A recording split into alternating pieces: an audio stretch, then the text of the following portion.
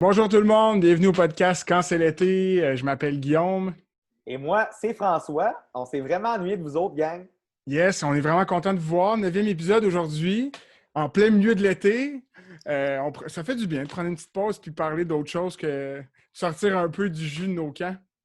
Ah, ça fait vraiment du bien. Puis honnêtement, on aurait aimé ça d'en faire plus en fait, je pense qu'on pensait en faire plus que ce qu'on en a fait officiellement. Mais en tout cas, pour tous ceux qui nous écoutent et qui vivent le camp dans la COVID, c'est quand même vraiment, vraiment quelque chose. Mais on est plein d'énergie. Puis on est super content de prendre la parole aujourd'hui pour recommencer en force avec un neuvième épisode. Yes. Aujourd'hui, on parle avec deux personnes bien impliquées dans le monde des camps. On a Émilie Lapierre qui est du camp Mariste, Yann Damour qui est au camp Edfi. Vous allez voir dans l'épisode, par exemple, que autant Émilie que Yann, même Yann a un parcours assez grand, là, je pense, dans le monde des camps. Il a travaillé pour la Sécu, il a été directeur de camp longtemps avant aussi.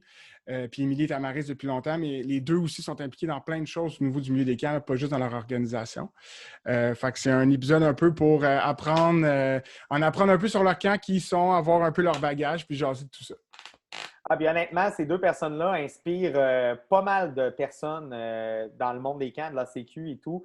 Moi, je trouve ça super le fun de les recevoir aujourd'hui parce que Émilie et Yann, je les ai rencontrés sur leur camp, les deux. Puis c'est vraiment là, des endroits magnifiques, là, dont Émilie qui va probablement nous parler de sa piste, sa corde de Tarzan, qui est complète. Pour vrai, si un jour vous allez au Camariste, faut essayer la corde de Tarzan. Là. Elle a de l'air, elle est gigantesque. Puis sinon, j'ai super hâte que Yann nous partage aussi sa vision sur le camp et de filles parce que, en tout cas, je vais vous laisser Yann en parler, mais pour vrai, c'est très, très, très intéressant. On va vous présenter Yann Damour et Émilie Lapierre. Hey, ils s'en viennent. Allô, Émilie. Allô, Émilie. Et Allô? allô, Yann. Ça va bien? Oui, ça va bien. Tout d'abord, merci beaucoup de vous joindre à ce neuvième épisode. On va commencer super tranquille là, par rapport à vos parcours. On veut apprendre à vous connaître. De nous expliquer d'où est-ce que ça vient, votre amour pour les camps, votre parcours de travail, là, votre carrière en camp. Et c'est pas mal ça, finalement, de juste commencer avec ça. Est-ce que tu. Émilie, est-ce que tu veux commencer? Oui, je peux commencer. Dans le fond, moi, je travaille au Camp Mariste. Le Camp Mariste a été fondé en 1957, donc c'est quand même un très vieux camp. Dans le fond, moi, je travaille là depuis maintenant 15 ans, en fait. Là. J'ai été animatrice pendant plusieurs années. Après ça, je suis devenue chef de camp parce qu'à l'époque, il y avait encore un chef de camp. Puis après ça, j'ai commencé à travailler à temps plein toute l'année à la coordination. Puis aujourd'hui, je suis rendue adjointe aux opérations, qui est dans le fond un poste qui a été créé lors de mon retour de congé de maternité en octobre dernier. Là. La structure a été modifiée là, à ce moment-là. Donc c'est un peu ça mon histoire. La Camaris, c'est un gros camp. Là. On fait de la classe nature toutes les saisons. On fait du camp de vacances, du camp de jour municipal. Puis on fait aussi des répits, en fait, là, pour les jeunes en collaboration avec le CI3S. Donc, dans le fond, c'est assez varié, là, une grosse base de plein air multifonctionnelle, je dirais. Là. Puis Émilie, à l'époque, ton contact, ton lien avec le camp, c'est quoi? Tu t'appelais, tu connaissais pas ça ou. Moi, je suis une enfant qui a grandi dans les camps de vacances. Là. J'ai commencé à fréquenter les camps de vacances, j'avais 8 ans. J'ai toujours été dans des... En fait, j'ai été à Edfi pendant 2 ans, puis après ça, comme campeuse. Puis après ça, après ça, j'ai été campeuse à Géronimo pendant vraiment, vraiment plusieurs années. C'est là-bas que j'ai vraiment connu le monde des camps, puis que j'ai grandi énormément. Pour moi, c'était le camp de vacances, c'était un havre de paix. Puis le camp de jour municipal, le reste de l'été, c'était loin d'être l'expérience que je vivais au camp de vacances. Donc, c'est ça. Puis après ça, finalement, tout le long de mes études au bac, dans le fond, l'été, je suis toujours retournée au camp Mariste. En fait, c'est ça. Là, quand j'ai eu 17 ans, j'ai appliqué au camp Mariste, puis j'ai eu la job. Puis depuis ce temps-là, je suis Je suis au camp Maris. J'aurais pas pensé, en fait, à cette époque-là, retrouver la même expérience camp que je connaissais comme campeuse dans un autre camp. Ça m'a étonnée de retrouver ça au camp Maris. Wow! Puis est-ce que tes études avaient-tu un lien avec ça ou pas du tout? J'ai étudié en communication. Okay. De façon très générale, j'ai fait mon bac à Sherbrooke avec des stages. Puis lors des stages, en fait, je me suis découvert que je voulais pas faire de l'agence de communication lors de mes stages. Fait que c'est ça. Puis par la suite, ben, de fil en aiguille, j'ai eu une offre. Puis c'est ça. J'ai été chef de camp. En fait, il me restait juste l'été avant que je gradue. Puis le poste a ouvert à temps plein à ma dernière session d'université. Puis, ben, de fil en aiguille, j'ai appliqué, puis je suis encore là aujourd'hui. Félicitations. Okay. Vraiment un beau parcours. Merci. Mais juste avant de passer à Yann, une petite question par rapport... toi, t'es de où? Est-ce que tu es de la Naudière? T'es de Montréal? Ben moi, j'ai grandi sur la rive nord de Montréal, pas dans la Naudière, dans les Laurentides, mais en fait... c'est très près. Ouais, c'est un peu du pareil au même au final. Là. On n'est pas. J'habite pas. Moi, j'habite à Mascouche maintenant, puis c'est pas très loin en fait de où ce que j'ai grandi. Donc oui, je suis du Grand Montréal, disons-le ici. Là. C'est bon, super. Bon, ben, c'est à ton tour, Yann. Parle-nous donc de ton parcours un petit peu. Qu'est-ce qui s'est passé pour que tu deviennes cette si belle personne inspirante? C'est gentil. Merci beaucoup, François. Tout d'abord, merci de m'avoir invité à ce beau podcast-là. Je trouve tellement l'idée géniale de parler de nous, les gestionnaires de camp. On a un métier formidable et on a la chance de vivre de ce métier-là. Moi, je trouve qu'on est privilégié dans la vie. Puis je me trouve privilégié à tous les jours de pouvoir faire ce travail-là. Moi, ça fait 19 ans que je travaille dans le monde des camps. J'ai commencé à l'époque en 2001 comme moniteur au camp de jour Bois de Boulogne. J'ai commencé comme moniteur 2 étés là-bas pour par la suite débuter, dans le fond, commencer un nouveau camp, le camp de jour Le Tendre, qui s'est développé, qui a fait des petits, qu'on a développé, bon, le camp de jour Saint-Sacrement, le camp de jour citoyen, un camp en anglais, un camp de jour pour troubles de comportement. Besoins particuliers. Par la suite, la vie m'a amené après quelques années, un parcours, ma foi, de plusieurs années, je ne me rappelle pas exactement, mais en 2017, j'ai fait le saut avec l'Association des camps du Québec. Une chance que j'ai eue de pouvoir travailler avec des gens excessivement inspirants, mais surtout de partager mon savoir, mais d'aller chercher le savoir des autres ailleurs, dans tous les camps au Québec. J'ai eu l'occasion de rencontrer notamment Émilie, qu'on se connaît, François, Guillaume, mais aussi plein d'autres mondes de partout au Québec qui ont aussi ce privilège-là de travailler dans le monde des camps. J'ai travaillé comme coordonnateur au développement et à la certification, notamment pour le programme d'application PEP Ton Jeu. Ainsi que d'autres projets, notamment les visites de certification, on le sait, c'est tellement important dans le monde des camps d'avoir en quelque sorte des gens qui vont nous conseiller puis nous guider vers les meilleures pratiques possibles. Donc, j'ai eu la chance de faire ça et là, on m'a offert un défi, ma foi, assez inspirant, celui d'être directeur général adjoint d'Edfi International, une entreprise privée. Il y a peu d'entreprises privées quand même de camps au Québec. On en voit beaucoup au Canada, aux États-Unis et ailleurs, mais ici, c'est un peu plus rare. Et moi, étant donné que j'ai grandi dans l'univers des camps de jour, c'est un peu un nouveau rôle, un nouveau chapeau, mais un chapeau, ma foi, très inspirant.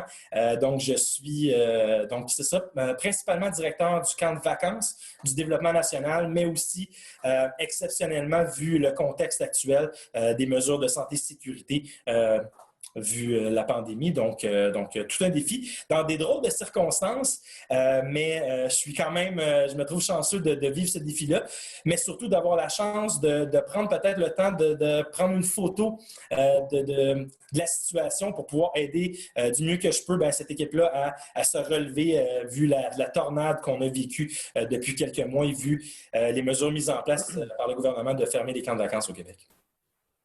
Puis Yann, est-ce que quand tu te retournes en 2001, j'imagine que c'était pas un parcours que tu voyais suivre là, toutes ces années-là, le camp de jour, la Sécu, après ça avec le projet d'Edfi? Non, en fait, mon premier emploi d'été était de travailler dans un restaurant de fast-food, en quelque sorte, et j'ai détesté l'expérience. Et il y a un ami à moi au cégep qui m'a dit « Tu parles beaucoup, ça ne te tenterait pas, toi, d'animer des enfants? Et je me suis dit « Pourquoi pas? Le défi en vaut la chandelle. » Puis depuis ce temps-là, j'ai été accro vraiment au monde des camps. Oui, pour l'expérience avec les enfants, mais aussi l'expérience d'équipe avec des gens qui ont ton âge puis qui vivent une expérience d'un été super intense de quelques semaines, mais qui restent en quelque sorte proche de toi pendant des années. La preuve, la première année que j'ai travaillé au camp Joe au Bois de Boulogne, j'ai gardé des amis qui sont encore avec moi et proches de moi depuis ce temps-là. On dit que les camps, les voyages forment la jeunesse. Moi, je pense que les camps forment les amitiés, sans l'ombre d'un doute. Donc, je ne me voyais pas du tout dans ce parcours-là. Un peu comme Émilie d'ailleurs, moi j'ai étudié en anthropologie et en administration, donc je ne me voyais pas faire ce métier-là. Mais de fil en aiguille, avec le temps, avec les étés que je passais, je réalisais que c'était vraiment une passion. Puis d'avoir la chance de travailler là-dedans à temps plein, quand on m'a offert l'occasion, à l'époque au camp Jour Le Tendre, j'ai dit oui, j'ai sauté sur l'occasion. Puis depuis ce temps-là, voilà.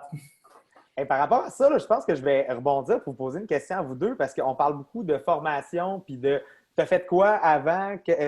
Comme, dans quoi tu as étudié pour que. Est-ce que tu pensais que tu allais faire un jour de la gestion d'un camp? Selon vous, ça serait quoi les meilleures études possibles pour être gestionnaire de camp? Sachant là, maintenant que dans votre camp, vous allez avoir besoin d'entretien, de marketing, d'administration, de loisirs. Fait que, au final, qu'est-ce que vous conseilleriez comme formation, mettons, à un jeune là, que lui, dans son but dans la vie, là, c'est d'administrer un camp? Écoute, c'est une bonne question. Moi, mon directeur, Frédéric, il dit tout le temps que gérer un camp, c'est comme gérer une ville. Nous autres, on gère notre réseau d'eau, on fait nos tests d'eau, on a nos propres mesures d'urgence. C'est tellement diversifié.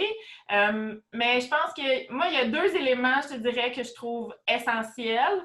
Il y a un aspect de gestion des RH qui est essentiel, puis que je pense qui s'apprend via différents parcours, vraiment. Mais bref, c'est un des gros aspects. Puis un autre aspect que moi, je peux dire que j'ai pas vu dans mon parcours scolaire, mais que j'ai appris au bout de 15 années, c'est de l'intervention avec le plein air puis avec la nature. Des notions en intervention puis en pédagogie assez poussée, mais pas de la pédagogie assise en classe, là, de la pédagogie de l'enfant et compagnie. Ça s'apprend, comme je l'ai dit, de différentes façons, mais moi, c'est les 2 grosses notions que je te dirais que j'avais pas dans mon bagage, mettons, puis que j'ai beaucoup appris à force d'essais et d'erreurs et d'avoir été une animatrice dans l'équipe avant, puis d'avoir vu des choses que j'aimais, des choses que j'aimais pas non plus. Pour tout le côté de gestion des RH. Mais sinon, c'est certain, je pense que si tu as une base en administration ou en gestion, peu importe c'est laquelle, la mienne, elle vient du monde des communications, mais je veux dire, cette base-là, elle se réplique dans différents secteurs par la suite. C'est ça. Après ça, dépendamment de ton poste, c'est sûr que tu peux aller chercher des notions plus comptables là, ou des choses comme ça, mais ça dépend beaucoup, je pense, de la nature du poste que tu as exactement dans l'entreprise. C'est une excellente réponse. Pour vrai, les interventions, là, comme pas qu'on les néglige, là, mais c'est tellement un aspect important, la psychologie de l'enfant, puis d'être capable aussi d'aller chercher ceux que c'est pas dans leur ADN, le cas, mais que tu sais que ça va leur faire du bien, par contre. Oui, des enfants référés, il y en a à la pelletée, des organisations, puis des associations, puis des organismes qui cherchent des endroits pour des jeunes, puis à qui ça fait un réel besoin. Il y en a vraiment beaucoup. Puis des fois, c'est pas des grosses affaires, mais tu sais, des petites... Juste comment gérer un enfant qui a un trouble d'hyperactivité, je veux dire, c'est une base aujourd'hui dans les camps, mais quand tu n'as jamais été confronté à ça, ça semble être une montagne, tu sais, donc voilà. De ton côté, Yann? Moi, je dirais que le parcours scolaire, c'est un atout, mais ça ne fait pas toute la différence. Évidemment, les ressources humaines, c'est une chose. Moi, je pense que c'est plus ta capacité à intervenir auprès d'un humain, quel qu'il soit, plus petit, plus grand, adulte, des citoyens, des clients, des parents, capacité d'être capable de communiquer efficacement puis d'être honnête en quelque sorte, puis de s'adapter à des situations, ma foi, qu'on n'aurait jamais prévues. Donc, je pense que oui, la gestion des opérations en tant que telle sur la santé, la sécurité, l'environnement, les opérations terrain, l'évaluation de rendement, c'est super. Puis ton parcours scolaire va probablement t'outiller encore plus pour ça. Sauf qu'en même temps, moi, je pense que c'est des questions de valeurs humaines qui entrent en ligne de compte en disant si tu aimes ce que tu fais puis que tu veux vraiment aider, je pense que le camp est fait pour toi. Si tu aimes communiquer, si tu aimes la nature, bien évidemment, le plein air, les activités, le sport, je pense que c'est pour toi. Donc, je pense que c'est avant tout capacité d'adaptation puis d'être curieux en quelque sorte aussi, parce qu'il y a plein de choses qu'on n'a jamais anticipées puis qu'on se dit, bon, qu'est-ce qu'on fait avec ça? Donc, c'est vraiment de l'adaptation. Moi, je dis c'est la grosse qualité, mais le parcours scolaire, j'ai tendance à dire que oui, récréologie, très intéressant, sauf que n'importe quel parcours va t'apporter des outils que peut-être d'autres n'ont pas. Puis j'ai toujours pensé que de travailler en camp, c'est un travail d'équipe. Et donc, on va se ressourcer de gens qui sont peut-être complémentaires à soi puis qui vont nous apporter ce que nous, on n'a pas. Donc, je pense faire preuve d'humilité puis de se dire, je ne suis pas nécessairement le meilleur, mais je vais essayer d'aller chercher une équipe derrière moi qui va être un petit peu complémentaire à ce que je fais pour pouvoir s'outiller et être meilleur dans le fond, parce qu'on a beau avoir 20 ans d'expérience dans le corps, on ne connaît jamais tout. Et je le vois tous les jours sur le terrain aujourd'hui, ici dans les Laurentides. Mais c'est ça qui est, à mon avis, trippant. C'est qu'à chaque jour, tu te renouvelles. À chaque jour, il faut que tu sois curieux puis que tu trouves des nouvelles solutions puis que tu t'adaptes. Donc, oui, le parcours scolaire peut être intéressant, mais je n'aurais pas de réponse officielle parce que j'ai vu des gens qui sont en ingénierie et qui arrivent sur un camp et qui ont des idées, ma foi, fabuleuses. Et d'autres qui ont le parcours peut-être en récréologie, mais qui n'ont pas l'habitude de traiter avec du service à la clientèle, des cas de jeunes à besoins particuliers qui font des crises et tu es dans un état de peut-être panique des fois. Donc, je pense qu'il n'y a pas de parcours, c'est plus l'humain, puis tes qualités, puis tes valeurs en tant qu'être humain qui font de toi peut-être la meilleure personne pour travailler en camp. Puis je pense aussi que quand, exemple, tu as peut-être 18, 20 ans, tu es rendu animateur de groupe d'âge, tu es impliqué dans ton camp de jour, dans ton camp de vacances, dans un poste de gestion. La clé aussi, c'est d'avoir la curiosité fois 1000, mais si tu penses aller plus loin, puis peut-être qu'un jour, gérer un camp ou gérer, mettons, être adjoint de quelqu'un, ça peut t'intéresser, là, bombarde de questions la personne qui gère. Mm-hmm. Intéresse-toi, sois curieux, implique-toi dans tout ce que tu peux t'impliquer. Tu sais, c'est comme dans n'importe quoi qu'on disait à l'école ou dans nos emplois respectifs, tu sais, dans d'autres domaines d'emploi, c'est de s'impliquer, de poser des questions parce que, tu sais, on a tous quelqu'un, en tout cas, je suis convaincu que vous avez tous quelqu'un en tête de votre parcours. Puis on en a des exemples aussi un peu. On n'était pas trop sûr si on allait faire ça. On a eu une piqûre parce que peut-être quelqu'un est venu nous chercher parce qu'il voyait quelque chose en nous puis qui nous a, tu sais, ça a accroché, on a posé des questions puis ça a développé de quoi puis de fil en aiguille, on est resté, tu sais. Je pense que c'est important surtout le milieu des camps, là, si tu es passif puis que tu fais juste ce que tu as à faire, tu vas avoir une expérience super positive, là, ça va être cool, mais tu ne verras pas tout ce qu'il y a en arrière. Tu sais, je pense que tout ce qu'il y a de plus. Tu sais, je pense que c'est important il faut que ça vienne de la personne aussi, là.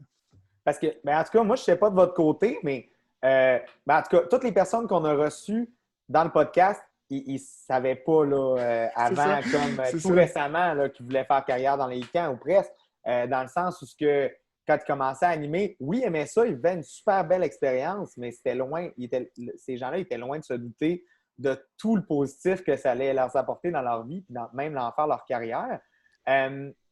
Ce que je voulais rajouter par rapport à ça, c'est que c'est tellement quelque chose où tu t'en vas te chercher une gang puis tu y restes pour la gang. Tandis que, tu sais, c'est le site qui t'attire, c'est le plein air qui t'attire, mais comme les contacts humains que tu te fais là-bas vont vraiment te garder au camp.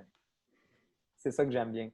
Un grand homme me dit un jour, si tu aimes ce que tu fais, tu es passionné, il va toujours y avoir de la job pour toi. Cet homme-là, c'est un certain Éric Beauchemin, directeur général de l'Association des camps. Je ne sais pas pourquoi il m'a dit ça, mais je pense qu'il a raison. Dans le fond, si tu aimes ce que tu fais, tu vas peut-être agir en conséquence. Puis, pour moi, c'est pas une job me lever le matin puis venir travailler ici. Je me lève avec le sourire puis je me dis, wow, je pense que je fais une différence dans la vie, oui, de certains campeurs, mais aussi des animateurs qui viennent travailler, tous les membres du personnel, les familles qui te remercient pour dire, wow, mon enfant a passé un séjour magique. Il va s'en rappeler toute sa vie, mais ça a un impact. Puis tu te dis, wow, je fais vraiment la différence dans la vie d'une famille, de quelqu'un. Pour moi, ça vaut beaucoup plus que n'importe quel salaire.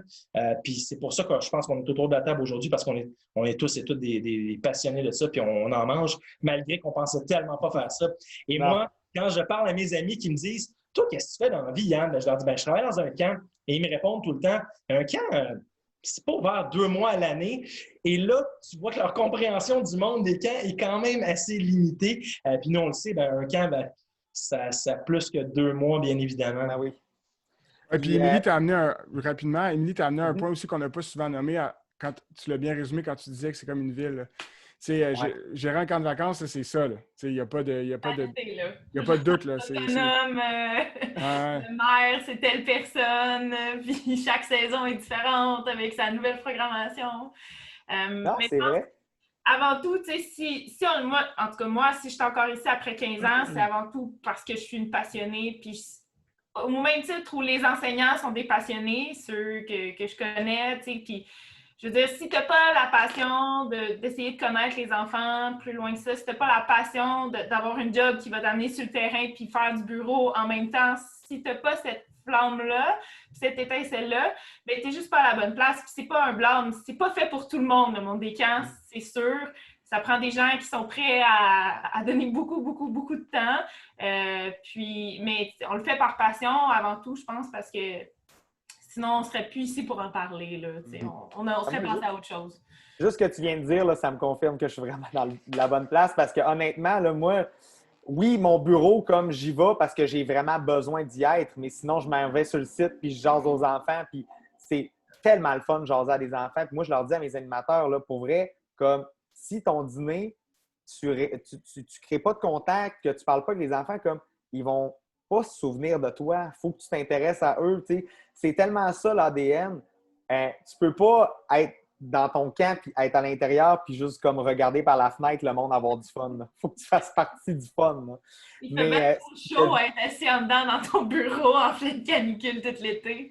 T'as le goût d'aller te baigner avec les enfants là, quand il fait des journées comme les dernières qu'on a vécues, en fait, toutes les semaines cet été. Là, on a été des semaines de canicule. T'as le goût d'y aller, là, puis tu as un kit dans l'eau, là. Bon, avant la COVID, là, mais... C'est clair. Puis, la question que j'allais vous apporter par rapport à ça, est-ce que vous, dans votre milieu, vous avez appliqué sur un travail où vous êtes fait dire « Hey, ce poste-là va ouvrir, applique dessus » parce que c'est comme, tu le sens que la personne, elle veut aller te chercher parce qu'elle sent ta passion, tu sais. Est-ce que ça est arrivé comme ça, vous, d'avoir un poste plus en gestion? Ben moi, je peux répondre. En fait, l'été, en fait, 2011 a été mon été de chef de camp, qui est aussi la dernière année au Camp Marist où il y a eu un chef de camp saisonnier. Moi, c'était censé être mon 3e stage à l'université cet été-là, parce qu'à Sherbrooke, c'était une alternance en coop, fait que c'était des gros stages rémunérés. Et ben moi, c'est mon boss, là, c'est Fred, qui m'a appelé à un moment donné puis qui m'a dit « Là, tu pensais faire quoi finalement cet été? » Tu sais, on se connaissait bien puis il savait que j'avais déjà compris que je voulais pas faire de l'agence de com. Fait que, tu sais, j'avais pas nécessairement l'attachement non plus d'avoir un stage, un 3e stage dans une agence de com. Tu sais, je cherchais quelque chose de différent. C'est ça, bref. Fil en aiguille, j'ai accepté. J'ai plus ou moins eu une entrevue. J'ai eu une entrevue informelle de discussion par téléphone, là, mais c'est à peu près ça. Puis au terme de cet été-là, ben ils ont décidé comme de faire un poste annuel au terme de ça. Je suis officiellement la seule de l'interne qui a appliqué sur le poste, mais fait que oui, j'ai eu une entrevue et compagnie. Cette fois-là, une vraie entrevue formelle avec le DG, puis bon, le reste du monde, là, parce que... Puis, mais oui, on m'a incité grandement, on m'a envoyé la description de tâches. Je faisais partie aussi du processus de création de ce nouveau poste-là, donc j'étais au courant que ça allait sortir. C'était pas une surprise pour moi. Puis on essayait de voir c'était quoi les tâches annuelles qu'on pouvait amener. T'sais. Donc, durant mon été de chef de camp, je veux pas, ça s'enlignait vers ça. Puis il me restait juste une session. Ah, comme c'est étrange. Puis après ça, en novembre, le poste a été affiché. Puis j'ai commencé en janvier. Donc, le timing était aussi très bon. Là, donc, officiellement, ouais. C'est comme ça que ça s'est passé, moi. pour le camp. Là. Toi, Yann, de ton côté, est-ce qu'il y a quelqu'un qui est venu te chercher pour faire comme Hey, j'aimerais ça que tu m'aides à rendre mon camp plus cool? Ben, en fait, au départ, moi, quand j'étais au camp de jour Le Temple, c'était mon emploi d'été. Et bon, j'étais aux études à l'Université Laval à Québec. Donc, je faisais souvent des allers-retours. Et pendant l'été, ben, je voulais retourner chez moi à Montréal. Donc, je trouvais l'idée vraiment excellente de dire, ben, je vais travailler pendant l'été, pour le camp de jour. Puis après ça, je retourne pour compléter mes études. Et à un certain moment où, bon, tu passes les étapes de moniteur, capitaine, coordonnateur, et quand le directeur de l'époque, Bodji, pour ne pas le nommer, quitté, on m'a demandé, ben toi, est-ce que ça t'intéresse? Puis bien évidemment, ça m'intéressait. Mais je vous dirais que la personne en place n'était pas nécessairement certaine de mes compétences au départ parce que, bon, j'étais en anthropologie, donc il se disait, ça travaille dans quoi, les entrepôts, en anthropologue? Donc, j'avais pas des compétences non plus en gestion, donc c'est des compétences que j'ai appris vraiment sur le tas avec le temps. Donc, au départ, c'était vraiment un gros défi pour moi de dire, ben en gestion, il y a plein de choses que je connaissais pas. Sauf que je connaissais bien le camp, donc j'avais l'expertise peut-être des opérations terrain et avec le lien, le contact que j'avais avec les animateurs, l'équipe de travail, ils ont pensé que j'étais la meilleure personne pour ça. Force est d'admettre que de mon côté, je ne sais pas de leur côté, mais de mon côté, ça a été la meilleure décision de ma vie.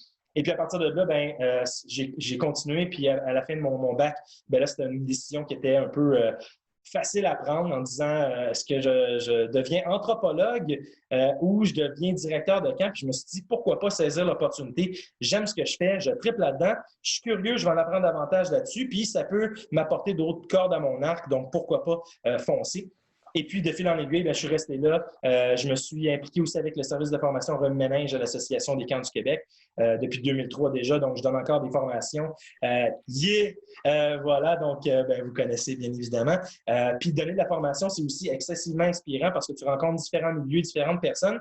Puis, tu te rends compte qu'il y a des choses que tu as appris, puis tu réalises plus ou tu te rappelles plus que tu sais. Puis quand tu donnes ce coaching-là, ben c'est super inspirant. Puis le retour que tu as avec ces humains-là, ben moi, c'est ça qui me fait triper, qui me passionne. Et par la suite, bon, l'Association des camps, c'était une opportunité que j'ai pu saisir vraiment de travailler pour le monde des camps au Québec et donc d'en apprendre davantage de façon macro sur l'univers des camps parce que l'industrie des camps au Québec, c'est une industrie qui est quand même assez méconnu. Bon, pour les derniers mois, on s'est fait passablement connaître dans les médias. C'est une bonne chose à mon avis, mais on était quand même passablement méconnu. Mais pourtant, moi, en tant qu'anthropologue de formation, je trouve que c'est une... non, mais c'est vrai, les gens ne connaissent pas que c'est une culture au Québec de les camps, de dire ben c'est des vacances pour les enfants. Puis des communautés qui sont issues de sociétés immigrantes, ben des fois, ils ne connaissent pas trop cette culture-là de dire ben, je vais envoyer mon enfant au camp. Puis quand ils vivent, ils comprennent l'expérience parce que leur enfant revient transformé positivement, puis ils se disent wow, OK, c'est peut-être ça le Québec. Donc, moi, je pense que les camps au Québec transforment la vie des gens, puis je me sens privilégié de faire partie de ça. Puis par la suite, ben, EDFI, ça a été vraiment une opportunité en or.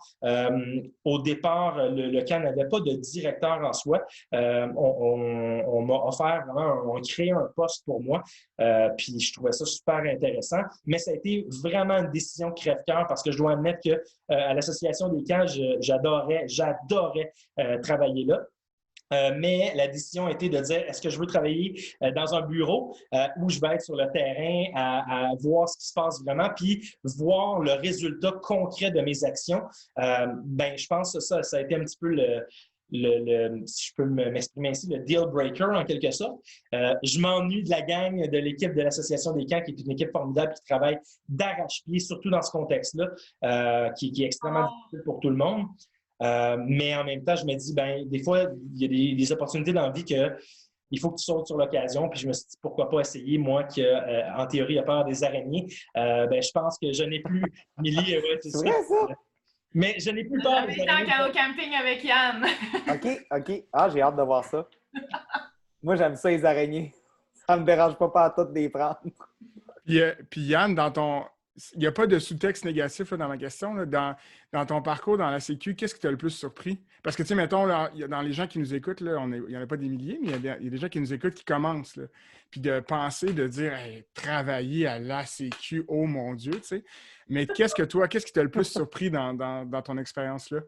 Ben, moi, dès le départ, quand j'ai pu travailler à l'Association des camps, j'ai capoté. Moi aussi, j'étais comme, oh my God, voir que je travaille pour mon association, c'est merveilleux. Puis c'est ça qui est le fun aussi de dire, tu as une action concrète envers chacun de ces membres-là, puis tu essaies vraiment du mieux que tu peux de les aider, de les conseiller, de les guider. Puis quand je suis arrivé là, je me sentais pas tant que ça outillé, puis je me disais, ben, je suis qui, moi, pour leur dire quoi faire? Puis je trouvais que j'en apprenais moi-même davantage sur l'univers des camps que j'en apprenais. Ben, souvent, on me disait, ben, c'est un échange en quelque sorte, puis c'est vrai que c'est ça. Ben, l'association des camps, c'est un peu ça, c'est dire réseauter, conseiller, guider pour exemple des traitements de plaintes, pour des idées de projets, pour du développement d'outils concrets qui vont permettre aux animateurs, mais aux gestionnaires de camps de mieux travailler parce que vous l'avez dit, on sort de différents milieux puis on a un parcours scolaire qui est tellement diversifié que quand tu arrives comme gestionnaire, ben tu n'as pas nécessairement tous les outils, bien, la Sécu est là pour t'outiller et t'aider, tout comme bon, le Forum gestionnaire de camp qui est là pour ça. Moi, je trouve ça formidable d'avoir ces outils-là. Puis, ce n'est pas toutes les industries au Québec qui ont ça puis qui partagent autant de ressources, autant d'informations. Donc, moi, je trouvais ça vraiment génial. Et je me suis fait, c'est niaiseux, mais je me suis fait aussi des super bons amis. En fait, vous êtes parmi ces gens-là que j'ai appris à connaître au fil du temps. Puis j'ai appris à connaître aussi vos différentes organisations qui sont tellement différentes, mais qui ont les mêmes valeurs, puis qui ont la même base, puis qu'on est là pour les mêmes raisons. Puis c'est ça qui est trippant, qui est inspirant. Bien, d'entendre ces histoires-là, ben moi, ça m'a fait vraiment capoter. Puis de dire, ben j'ai une action concrète, exemple avec l'application qu'on a développée pour améliorer l'expertise de nos animateurs et animatrices. Je trouvais que j'avais un impact. Donc, oui, je me sentais vraiment privilégié. Oui, c'est vraiment un privilège que j'ai eu de travailler là. Et possiblement, tu sais, moi, je ne ferme jamais la porte à ce qui peut se passer dans l'année. On ne sait jamais ce qui peut arriver. Mais ça a été vraiment un bonheur de travailler avec des gens formidables, mais aussi de me faire des amis de partout au Québec. Ça, c'est génial. Mais c'est pour vrai, on n'en parle pas nécessairement assez souvent, je trouve, de la Sécu dans notre podcast. Puis c'est pas parce qu'on veut pas, c'est pour vrai. On a tellement de belles associations, puis ça a tellement créé de grandes choses, les échanges qu'on a faits. Puis, si je peux me permettre, par rapport à la première fois où j'ai été en congrès à la Sécu, pour vrai, j'ai tellement gravi de marche par rapport à ce que je connais des camps, puis ça l'a énormément aidé le réseautage. Puis à ce temps, je veux dire, on s'appelle pour juste connaître nos pratiques par-ci, par-là, un petit phone call par-ci, comment tu gères tes accueils de professeurs, comme Marilyn, en fait, Marie-Lise qui est chez Edfi, là, pour vrai, ça a été à m'amener un souper autour d'une table. On s'est plus parlé souvent au téléphone qu'on s'est vu dans la vie. Là. Je veux dire, ça a tout simplement été une super bonne amitié, un super bon, je dirais, coup de foudre de camp puis de philosophie. Puis c'est ça que ça crée partout. À toutes les tables qu'on voit pendant le congrès, ça jase avec passion, ça cherche à changer les choses positivement. C'est vraiment un beau domaine dans lequel on est. Puis le congrès, ça le prouve tellement. Une grosse communauté, tu sais, au final. Puis moi aussi, là, je me souviens de mon premier congrès, là, puis à quel point on était à l'époque une grosse délégation du Camaris parce qu'on était 3 du Camaris à ce premier congrès-là. Puis depuis, ben, il y a plein de camps qui sont rendus plusieurs, tu sais, parce qu'il y a eu beaucoup de postes annualisés qui ont été créés dans les dernières années, ce qui était comme une minorité là, avant. Puis moi, j'étais le bébé là, du congrès la première fois que j'étais allée au congrès. J'étais la plus jeune, puis je me sentais tellement intimidée, mais cette intimidation-là a duré comme le temps d'une soirée, puis après ça, tu te rends compte que c'est une communauté qui s'aime beaucoup, qui partage beaucoup, qui est très accueillante, qui est très ouverte. C'est juste que le mardi, ben, c'est l'AGA. Fait que c'est assez protocolaire, l'AGA, tu sais, puis le monde sont très protocolaire, mais dès que la soirée animée débute, dès que c'est là que tu vois que les gens sont là aussi pour avoir du fun, mais pour partager puis échanger. Puis ça fait vraiment... c'est des beaux événements. Puis après ça, ben, tu as le séminaire des camps, puis tu as d'autres choses qui ont embarqué avec les années. Puis là, ben, la communauté s'est enrichie. Puis ben, aujourd'hui, moi, j'ai mes amis de camp, puis mon directeur a sa gang de camp. Puis tu sais, comme tout le monde a comme sa gang de camp. Puis on n'a pas toutes les mêmes sources, puis pas tout le même monde, mais c'est des gens avec qui avec qui on partage. Puis moi, je dirais, durant le confinement de la COVID, ça a été une ressource incroyable de pouvoir partager avec le monde. Puis parce qu'on est souvent seul dans notre entreprise au même poste. On est souvent à des postes uniques, fait que de pouvoir partager avec des gens puis de voir, OK, je ne suis pas toute seule finalement dans mon bateau, puis on est plusieurs, bien, ça a été un relief. Là. Il y a des gens que moi, j'ai vus à toutes les semaines puis que je n'ai jamais autant vu via Zoom que ça de toute ma vie. Là, ouais, je pense que la COVID, de ce côté-là, va ressortir ce côté positif-là de toute cette histoire-là. Là, on l'a tous vécu là, pendant 2 mois avant même. En tout cas, toute la mobilisation qu'il y a eu et tout le soutien qu'il y avait à l'interne, c'était incroyable. Là. C'est ça, les gens ne le verront pas, mais c'était quelque chose qui était exceptionnel. Là. Nous autres, on va s'en rappeler. Ouais, c'est ça. Est-ce qu'on peut parler un petit peu plus profondément de vos organisations? Parce qu'on parlait, tantôt on parlait un peu, moi je fais les classes nature, moi c'est plus camp de vacances, mais de savoir un peu c'est quoi la configuration de votre camp un petit peu, c'est quoi les hits de votre camp? Je pense qu'on a aussi des OBNL et un camp privé qui sont probablement différents sur certains aspects du camp, sans parler nécessairement des valeurs, mais plus de parler de c'est quoi dans la structure ce qui est différent d'un camp privé à d'un OBNL. Mais parlez-nous un peu de vos organisations. Là, on a hâte d'entendre ça. Vas-y, Yann, je laisse starter. Ben, EDFI, l'acronyme EDFI, tout d'abord, signifie éducation physique. Non. Donc, pour vrai? Si vous ne le saviez pas, je suis désolé, je viens de vous l'apprendre. Incroyable, hein? Oui, c'est niaiseux, mais il y a beaucoup de parents qui ne savent pas et qui ne sont pas au courant. Et donc, le camp a été bâti à l'époque, dans les années 60, par M. Yvan Dubois, qui, lui, a participé, était vraiment très présent pour les Jeux olympiques, notamment de Montréal. Il voulait développer un créneau très olympique, donc axé sur les sports, l'éducation physique, le goût, l'inspiration à bouger, peu importe dans le milieu dans lequel tu es. Donc, les valeurs un peu de EDFI sont vraiment autour du sport, du fait de bouger. Donc, la programmation est aussi liée en ce sens-là. Donc, on ne se prétend pas des experts des arts, mais en sport, on se débrouille quand même un peu. Donc, c'est un peu le créneau que EDFI a décidé de prendre. Maintenant, nous, on a, le camp de vacances à Valmorin.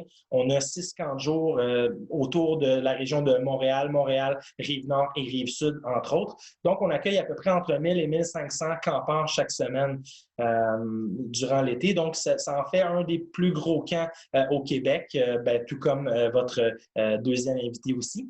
Ce qui fait que c'est quand même un défi de traiter tant des camps de jour que des camps de vacances, mais sur 2 sites, plusieurs sites différents. Le camp de vacances ici à EDFI opère seulement en guise de camp de vacances, accueil de groupe classe nature, tandis que nos autres camps, c'est vraiment des camps de jour classiques à vocation très sportive.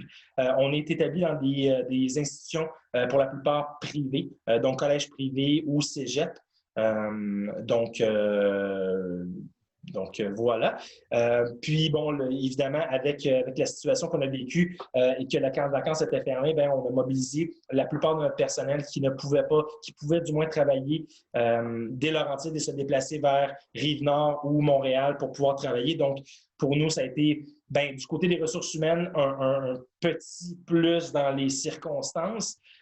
Sauf que, évidemment, c'est une situation qui... On peut prendre les deux côtés, là, de dire que la situation actuelle là, avec le camp de vacances qui est fermé, c'est dommage, puis c'est vrai, puis je ne vous parlerai pas des impacts financiers, vous les connaissez beaucoup mieux que moi, c'est sûr, tant de votre côté que du nôtre. Par contre, moi, d'être en poste puis d'arriver dans un nouvel environnement que j'apprends à apprivoiser clairement, ça nous permet de revitaliser un peu les installations, prendre une photo, un portrait de la situation pour dire, qu'est-ce qu'on peut faire pour développer, pour améliorer les choses, même si, évidemment, EDFI a une réputation quand même internationale. Le terme international aussi, c'est important de le préciser parce qu'on est, si je ne me trompe pas, il y a d'autres camps qui le font, mais on a un créneau aussi à vocation très internationale, c'est-à-dire qu'on accueille des groupes provenant de la Chine, du Mexique, entre autres, et de beaucoup d'autres pays. Ce qui fait que notre clientèle n'est pas seulement locale, régionale, provinciale, mais aussi de l'étranger. Et on fait un peu comme type guide touristique, donc des visites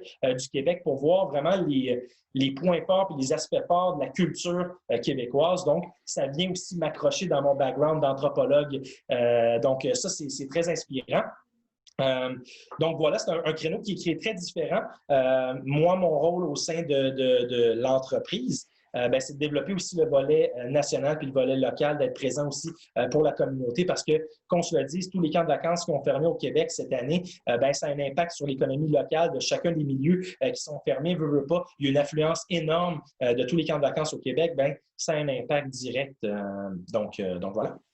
Puis, je peux juste rajouter sur Edfi, là, moi, ce qui m'avait vraiment fait capoter, là, c'était le parcours aérien d'arbre en arbre. Ça, pour vrai, ça, moi, j'en ai jamais vu comme ça dans d'autres camps. Puis aussi, si je ne me trompe pas, le camp de vacances partage les mêmes locaux qu'une école secondaire privée. Oui. En fait, pour les installations, on a, entre autres, module d'hébertisme, parcours arbre en arbre, quand même assez génial, merci. Oh, oui, vraiment hot. 2 piscines extérieures, un terrain quand même assez gigantesque, un accès à la rivière du Nord pour y accéder avec n'importe quelle embarcation nautique. On a aussi des accès à une paroi naturelle d'escalade, un mur d'escalade intérieur, un gymnase. Donc, des installations qui sont quand même intéressantes et qui sont très, très, très diversifiées. Ce qui est intéressant aussi, puis on a la chance de partager nos installations avec le Collège Laurentien, qui est locataire chez nous. Donc, pendant le reste de l'année, il y a des classes qui opèrent et nous, on fait de l'accueil de groupe aussi. Bien sûr, vous l'aurez compris, c'est aussi un défi, cet échange-là et ce partenariat-là, parce que veut pas, quand il y a des classes qui opèrent, des jeunes qui crient « boum, boum, achika, boum », ça crée des fois des situations particulières, sauf qu'en même temps, les jeunes qui sont ici ont l'habitude et ça crée aussi un environnement et une dynamique qu'on ne voit pas dans d'autres camps de vacances puis qui fait en sorte que ça crée quelque chose de spécial puis une collaboration aussi très étroite avec le collège et avec nous pour que ça fonctionne bien. Puis à date, de ce que je peux voir, évidemment, les camps de vacances étaient fermés, mais de ce que j'en sais, c'est une collaboration qui est étroite puis qui est super intéressante et d'autant plus que les jeunes qui viennent au collège sont encore plus intéressés par le parcours de devenir animateur, animatrice un jour et de venir chez nous puis de vivre l'expérience pendant l'été puis de rester sur le site à l'année en quelque sorte. Donc pour eux, c'est une expérience en or puis nous, ça nous fait connaître au sein de ce collège-là. Il y a combien de places en dodo, en coucher, Yann, à Edfi? Total, jusqu'à 500 places, donc en dortoir. En dortoir? Ah ouais? Oui, c'est quand même excessivement grand, donc on a beaucoup de place. C'est qu'à l'époque, le Collège Laurentien était un pensionnat, donc il y avait des gens qu'on hébergeait là. Donc nous, on peut réutiliser les installations pour l'été, en plus de nos installations de nos dortoirs. Donc, il y a une capacité quand même assez exceptionnelle, ce qui fait qu'on peut accueillir une clientèle externe, une clientèle internationale, en même temps qu'opérer un camp de vacances, ce qui n'est pas évident, vous en conviendrez, mais qui est possible, du moins pour l'hébergement, qui est du moins sécuritaire, qu'on peut restreindre certains des accès. Par contre, de faire rouler 500 personnes en même temps sur un terrain, vous l'aurez compris, c'est tout un défi. Et donc, on se doit d'être très présent sur le terrain, puis ça va être un peu mon rôle au courant des prochaines semaines, mois qui viennent, parce qu'on ne sait pas ce que l'avenir nous réserve, bien évidemment. Donc, oui, ça, c'est un défi en soi. On a aussi accès à une base nautique, donc ce qui fait que notre petit lac, on utilise beaucoup comme point d'accès à la rivière du Nord, mais on a une base nautique qui est située sur le lac Waro, ce qui fait qu'on peut vraiment profiter d'un vrai lac, si je peux dire, pour faire des activités à proprement parler de type classique camp de vacances. Ça va? Non, mais c'est parce que le lac. Ouais, ben écoute, moi, je sais c'est quoi avoir un étang. Donc, si on parle juste de lac, au Canada, c'est comme complètement le contraire par rapport à ça. C'est clair. Mais je peux suivre, là. Dans le fond, c'est ça. Camp Mariste, fondé en 1957 par la communauté des Frères Maristes. C'est rendu... nous, on est une OBNL pure et dure. On est même une œuvre de charité. Là. Camp Mariste, c'est une œuvre de charité en soi. Puis, c'est ça, ça a fait son bout de chemin. Là, au départ, ça a été fondé pour que les élèves du Collège Laval, qui étaient pensionnaires au Collège Laval, qui étaient aussi possédés par les frères Maristes à l'époque, aient un endroit où aller s'amuser l'été. C'était ça la vocation première du Camp Mariste, c'est pour ça que ça a été fondé. Donc, ça venait principalement, c'est une clientèle de Laval, principalement, qui venait au Camp Mariste. Au début, c'était seulement des garçons. Puis, ben, avec les années, ça s'est beaucoup diversifié. Beaucoup de... Dans les animateurs, il y a eu des monitrices, il y a eu des campeurs, des campeuses éventuellement. Nous, on parle vraiment d'un camp de vacances très traditionnel là, dans la notion du camp de vacances. Donc, activités aquatiques, canot, pédalo, kayak, rabasca. On a un ponton, on a des aquaplanes. Il y a déjà eu de la voile jadis, il n'y en a plus aujourd'hui. Puis de la planche à voile aussi, il n'y en a plus non plus aujourd'hui. Mais quand même, sinon, ben, tir à l'arc et vertisme, tir à la carabine, où on a encore ça sur notre site. Puis aussi, ben, tout ce qui est l'écologie, les frères Maristes étaient des éducateurs, vraiment beaucoup. Là, ils ont été des enseignants dans beaucoup d'écoles, mais aussi des passionnés de la nature et du plein air. Donc, les frères Maristes qui animaient l'été, au mois de juin, ils venaient bâtir une nouvelle bâtisse ou ils arrangeaient quelque chose sur le terrain, puis ils continuaient leur bout de chemin, puis ils animaient durant l'été. Donc, beaucoup axé sur les sciences naturelles aussi. Donc, c'est très diversifié, là. Plus divertissement, un parcours aérien, outils, escalade. On est vraiment dans le camp de vacances très traditionnel. Puis, ben, c'est ça. Avec les années, ça c'est resté. C'est toujours resté le cœur de la mission. Puis, les Frères Maristes ont toujours eu une mission d'aider les plus démunis, puis d'aider les enfants les plus démunis. Donc, nous, on a un très haut pourcentage de jeunes qui sont référés à la colonie de vacances. Certaines années, ça a monté jusqu'à 40% de la clientèle là, qui était subventionnée partiellement ou même dans certains cas complètement là, pour des séjours. Des ententes avec de nombreuses associations dans la grande région de Montréal, je dirais, là, pour envoyer des enfants dans des camps de vacances. Nous autres, on a un 200 lits en dodo là, habituellement pour le camp de vacances. Puis à ça, ben, c'est ajouté un camp de jour, puis éventuellement dans les dernières années, en fait, 2 ententes avec des municipalités avoisinantes pour avoir les camps de jour municipaux de ces municipalités-là. L'année passée, les 2 camps de jour municipaux, le total des camps de jour cumulait à plus de 300 enfants par jour. Donc, si on additionne 200 enfants qui dorment sur le site, plus le 300 enfants, grosso modo, des camps de jour, ben, on montait facilement à 500 enfants par jour. En classe nature, c'est devenu un créneau chez nous aussi, les classes nature. L'automne, habituellement, c'est très fourni, avec beaucoup de camps d'intégration au niveau du secondaire. L'hiver, ça a été développé dans les dernières années, mais c'était des belles saisons jusqu'à très récemment. Même l'hiver passé, on a eu un très bel hiver, mais bon, on s'en reparlera pour l'hiver prochain. Puis le printemps, ça a toujours été une très forte saison. Là. Nous autres, on montait jusqu'à 750 enfants là, au printemps là, en séjour à la journée ou en classe nature, là, donc avec coucher. En tout et pour tout. Donc, oui, c'est immense. Il y a à peu près quelques années, je dirais 6 ans, peut-être, on a commencé à développer le programme des répits. Donc là, ça c'est en train de vraiment se renforcer. Ça s'est beaucoup renforcé au fil des années. Les répits, nous, c'est de la clientèle neurotypique, mais défavorisée, problèmes familiaux. Oui, il peut y avoir certains problèmes certaines autres problématiques, mais c'est vraiment de la clientèle, c'est pas de la clientèle handicapée à la base là, qui vient au camp pour les répits. C'est des répits avec 10 enfants, 3 intervenants, donc c'est vraiment comme un format familial là, un peu. Là. On essaie de recréer une vie de famille durant ces moments-là. Puis ça roule toute l'année scolaire, habituellement. Donc ça, c'est devenu comme une autre partie de la mission du camp Mariste qui a été vraiment développée. Là. Ça a suivi vraiment la mission du camp et absolument rien de lucratif avec les répits.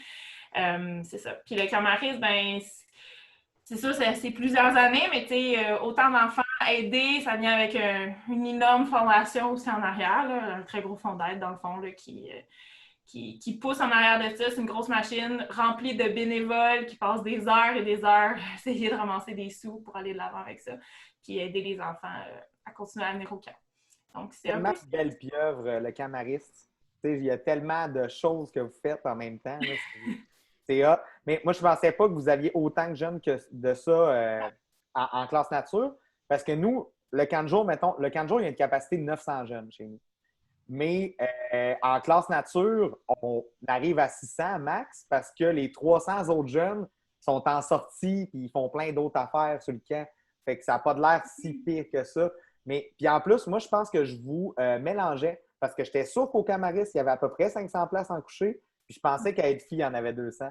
Fait que non, c'est le fun. Mais j'avoue que des camps de vacances qui ont plus de 200 lits en coucher, il n'y en a pas une tonne là, au Québec. Là. Ben, nous... Parce qu'à Edfi, en fait, ça m'a étonné à Edfi, mais je pense que c'est vraiment à cause de l'ancien pensionnat auquel je n'ai pas pensé que vous aviez accès. Là, parce que de mon souvenir de campeuse de 8 ans, il n'y avait pas 500 enfants qui dormaient au camp. Là. Nous autres, il y a 250 places. C'est juste que honnêtement, il y a des hébergements qu'on ne veut pas utiliser. Là. Je veux dire, comme... Non, mais dans le sens que moi, quand je suis arrivé au camp, je pense que c'était ça, 250. Mais le plus gros camp de vacances au Québec, au final, c'est lequel? On le sait-tu? Je ne sais pas. Je sais pas. Il y a des organisations assez grosses, là, tu sais. Juste, je répète, c'est la seule que je connais de mon bord, mais je sais que, mettons, Trois-Saumons, Minot, il y a quand même beaucoup de places couchées. Je sais pas, Waro, ça ressemble à quoi?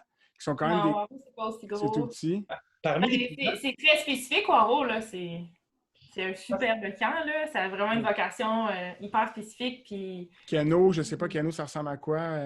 Couché. C'est dur à dire, mais je sais que dans les très grosses organisations, on n'est pas une tonne. Ouais. C'est ça. C'est difficile aussi à compter en raison de la statistique qu'on prenait les jours usagés. Mais c'est pas décliné en termes de combien en classe nature, combien en camp de jour, combien en mode camp de vacances. Donc, c'est un tout. Donc, c'est difficile d'analyser ça, mais en termes de camp de vacances, il n'y en a pas tant que ça, autre que, Marist en est un, évidemment. Nous, on est un des gros aussi. Sinon, je sais que Trois-Saumons est quand même impressionnant. Dur à dire. On n'a pas la réponse ce soir, je pense. Émilie, dans une ancienne vie, là, moi, une des seules fois où quand j'entendais parler de Marist, là, tu me diras si je suis complètement dans le champ, mais quand j'entendais parler de Marist, on me parlait beaucoup du sentiment d'appartenance. J'ai travaillé pour un DG à l'époque là, que lui ne jurait que par l'expérience Marist puis que par le sentiment d'appartenance au camp Marist. Je ne sais pas si tu peux nous en parler un peu. C'est qui, le DG? C'est pas une cachette, c'est Régent Roy, dans le fond. Il me parlait beaucoup de Marist. Là, je pense que oui, c'est très imbriqué là, dans la communauté, mais je pense que c'est une valeur qui est empruntée directement de la communauté des frères maristes.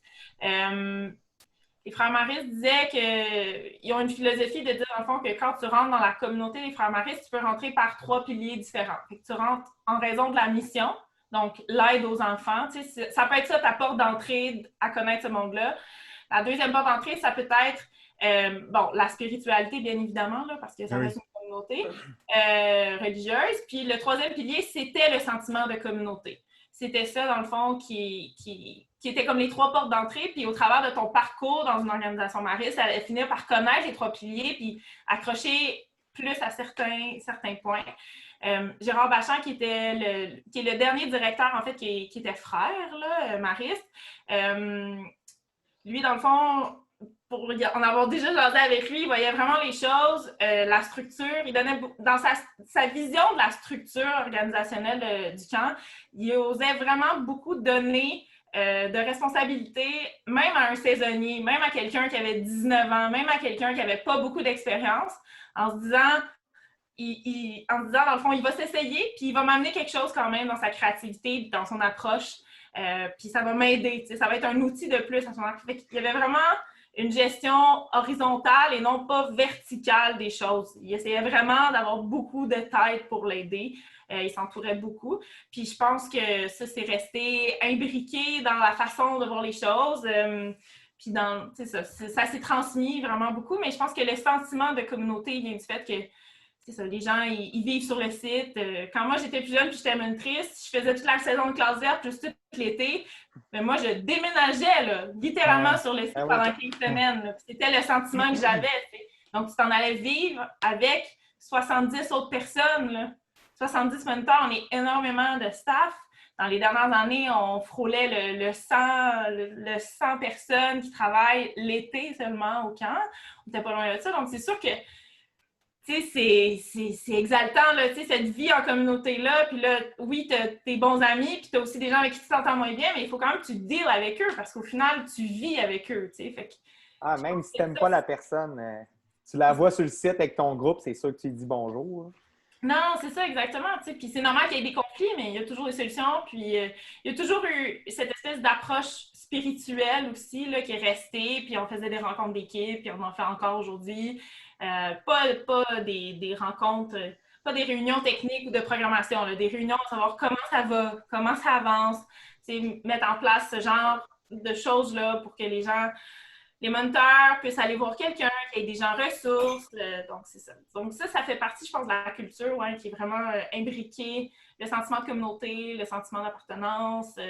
Puis, ben, ça fait en sorte, dans les dernières années, en fait, dans toutes les années que moi j'ai connues, le taux de retour a tout le temps été assez faramineux du personnel. Ça se travaille aussi au niveau de notre programme PAM, là, qui malheureusement cette année n'a pas lieu, mais ça aussi, c'était un autre gros point qui faisait en sorte que ça nous permettait, dans le fond, de cultiver ce sentiment d'appartenance-là. Les jeunes qui ont 16 ans, ils appliquent, ils viennent faire leur PAM, ils viennent passer l'été au complet sur le site pour faire leur PAM, qui est le programme Aspirant Moniteur. Donc, tu sais, ils font partie de la gang déjà. Tu sais, même si officiellement ils sont des campeurs, ils font partie de cette gang-là, puis ils ont le goût de triper l'année d'après. Ils vont quand même passer l'été de leurs 16 ans à être bénévoles, alors qu'ils pourraient, tu sais, comme avoir un job, puis trouver un emploi, puis faire un peu de sous. Là, on s'entend qu'à 16 ans, c'est pas non plus le salaire du siècle, mais c'est ça. Donc, ils font le choix par passion. Fait que cette passion-là se cultive d'année en année. Puis, justement, la COVID, c'est un des risques, nous, qu'on trouve. Parce que là, moi, je me suis retrouvée dans une belle position, mais un couteau à double tranchant vers la fin du mois de juin où j'avais beaucoup trop de personnes encore prêtes à travailler là, pour la quantité d'enfants qu'on allait accueillir cet été. Donc là, c'est sûr que n'importe quel gestionnaire, il va par logique avec ses éléments les plus forts, par ancienneté, avec les gens qui vont répondre aux besoins de la clientèle aussi, parce qu'on s'est retrouvé avec énormément de 5-6 ans, qui est un peu exceptionnel pour nous. Là, c'est débalancé versus ces autres années. Donc là, c'est pas tout le monde non plus qui est apte à animer les 5-6 ans. Là, c'est pas pour tout le monde. C'est la même affaire qu'on a vécue chez nous. Saviez-vous combien j'avais de groupes de 5-6 ans à la semaine 3? 7 groupes. Au lieu de... Tout le monde, là, tu sais. Puis là, tu te retrouves... Au lieu de 12, parce que comme c'est des plus petits groupes aussi. Oui. Mais c'est fou raide, là. Puis tu sais, comme les animateurs étaient là, ouais, c'est parce que j'aimerais ça avoir des plus vieux. Moi, je comprends, mais tu sais, pour vrai, il faut que tu aies ce qu'on a besoin présentement. Non, c'est ça. Puis ça, c'est comme un risque de la COVID que là, tu sais, il a fallu qu'on brise le lien qu'on avait avec plein de nouveaux moniteurs ou de moniteurs de l'année dernière ou de PAM de l'année dernière qui voulaient venir travailler. Puis malheureusement, je veux dire, c'était pas possible. Il a fallu comme tracer une ligne à quelque part puis faire... On peut pas aller plus bas que ça. Là. On n'a pas les moyens, on n'a pas la clientèle, on n'a pas... Donc ça a été... C'est un risque parce que si ça se perpétue dans le temps, qui va rester après ça? Tu sais, là, pour les animateurs que j'ai sur le site en ce moment, c'est un triple. Là. Moi, j'ai des animateurs qui sont venus vivre au camp, puis là, ben, cette année, il n'y a pas de cafétéria, ils font leur propre bouffe, tu sais, puis... Mais ils résident là, sur le site du camp. Là. Ils vivent là le soir, il n'y a pas un chat parce qu'il n'y a pas de colonie, il n'y a pas de camp de vacances, donc il n'y a pas d'enfants. Ils ont le site et l'immensité du site à eux autres. C'est un trip à quelque part. Là, j'espère qu'on n'aura jamais à revivre ça à quelque part, mais j'espère juste qu'on va avoir encore du staff l'année prochaine, que ça, on va réussir à le cultiver, puis ça va être ça ne sera pas juste un enjeu pour nous, ça va être un enjeu pour tout le monde là, à partir de l'année prochaine.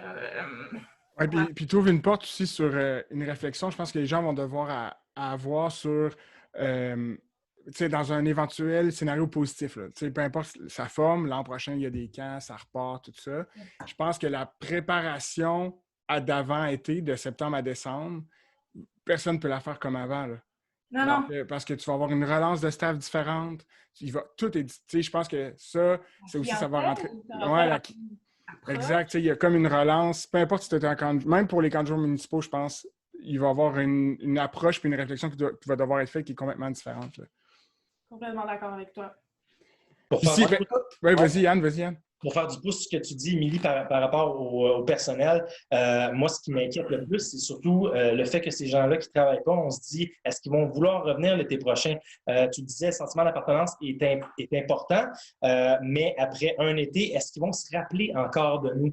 Que ce soit pour les campeurs, que ce soit pour les animateurs, mais surtout, moi, je pense la perte du savoir, parce que je pense qu'un ancien animateur qui est en quelque sorte un grand frère, une grande sœur pour le nouvel animateur qui rentre, ben c'est une bonne fontaine d'informations et que là, tu n'as pas le privilège d'avoir. Puis là, tu te dis, bon, qu'est-ce qui va arriver pour l'année suivante? Est-ce que ce savoir-là de camp, cette expertise-là va se perdre? C'est une crainte qu'on a. Mais en même temps, de l'autre côté, ben, comme tu disais, Émilie, quand on a un camp qui est vide, comme moi présentement qui suis à Valmorin et qu'on entend des mouches. Absolument rien. C'est très particulier comme ambiance, mais en même temps, ça nous donne le temps peut-être de repenser le camp autrement. Puis dans une situation comme ça, qu'est-ce qu'on peut faire? On voit le verre à moitié vide ou à moitié plein. Puis moi, je le vois comme une opportunité de développer. Et moi, j'ai été vraiment étonnamment surpris de la conscientisation puis de la sensibilisation qu'on a faite auprès de notre personnel puis qui était vraiment très ouvert concernant les mesures de santé et sécurité adaptées pour les camps de jour et qu'on a dû mettre en place de façon très stricte, puis vous en conviendrez, vous êtes tous et toutes dans le même bateau, et qui fait en sorte que je pense qu'on est devenu meilleur en gestion de risque pour le traiter. Et qu'on se dit peut-être qu'il y avait des failles qu'on n'avait pas prévues au départ, que ce soit nos mesures sanitaires, que ce soit, oui, la distanciation, mais c'est aussi de dire bien, comment on peut faire pour vivre dans un environnement qui est un peu plus sain du point de vue santé et sécurité. Il a fallu se revirer sur un dixaine, puis je pense qu'on l'a tous fait de chacun de nos côtés. Puis ça amène, je pense, une solidarité, tant de mon côté, là, avec les différents camps de jour sur les différents sites, une meilleure communication puis une plus grande solidarité entre les différents camps qui se parlent et disent « Toi, chez vous, comment tu as fait ça? Toi, chez vous? » Donc, oui, il y a des aspects négatifs, mais l'autre aspect à ça, c'est que ceux qui travaillent, bien, ils vivent une autre expérience que d'autres vivront peut-être jamais. Et dans notre vivant, peut-être qu'on ne vivra jamais, du moins, on l'espère. Moi, je suis super content que le lavage des mains, ça soit maintenant tellement acquis. Tu sais, avant, là, pour vrai, quand vous animiez là, vos enfants, là, je veux dire, qui se lavait les mains avant d'aller dîner? Même, je dis dîner, là, pour vrai, d'habitude, dans la vie, tu as les mains propres quand tu manges, là. Et là... Avant, c'était un combat, là. Moi, je me souviens être animatrice, puis il y a des enfants on les envoie se laver les mains, puis ils reviennent, puis on leur sentait les mains pour savoir s'ils avaient lavé avec du savon. Tu sais, genre, qu'il y a comme... Il fallait... Puis là, en ce moment, c'est comme Purell ou... Tu sais, c'est tout le temps. C'est trop, selon moi, présentement. Je comprends la nécessité, ça reste comme vraiment beaucoup à l'heure actuelle. Mais je pense quand même que ça, c'est un acquis qu'on va garder. Il y a des mesures d'hygiène sanitaire comme ça qui ça ne peut plus disparaître. On ne peut plus aller derrière. Non. Le lavage de mains est devenu quelque chose quasiment à mettre sur son horaire. Oui, puis même l'entretien, tu sais, même si on était top-notch, mais l'entretien de nos locaux en général, là, il y a plein d'affaires. Je suis sûr qu'il y a des mesures, il y a des techniques. Ben oui, puis que là, on se rend compte que finalement, ça ne prend pas 5 minutes de plus, ça prend 30 secondes de plus, puis mon camp est 100 fois plus propre. Laver des dossards. Ben ouais, tu sais, ou de l'équipement, il y a des procédures qu'on fait en ce moment que quand je suis arrivé au centre, j'ai fait comme crème. Pourquoi on n'a jamais fait ça avant? C'est tellement mieux. Puis, non, c'est ça.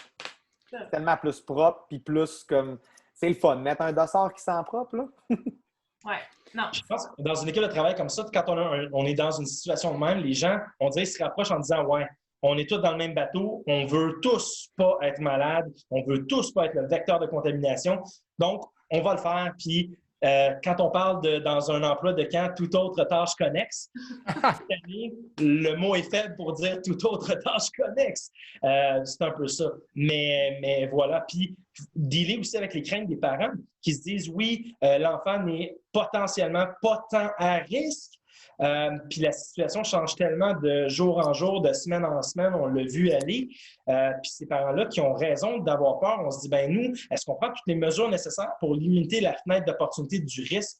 Puis personne n'est à l'abri, même si tu prends les meilleures mesures possibles. Puis ça, c'est partout, que ce soit dans des C3S, des CIUS, ou que tu sois dans un camp, ben on fait le mieux possible. Mais en même temps, ben si on se dit on a tout fait pour éviter que ça se produise, on se couche le soir puis on se dit, ben On a essayé de faire notre possible, mais c'est tellement une situation puis un contexte qu'on n'a jamais vécu qu'on essaie de s'adapter. Puis je pense que les camps l'auront compris.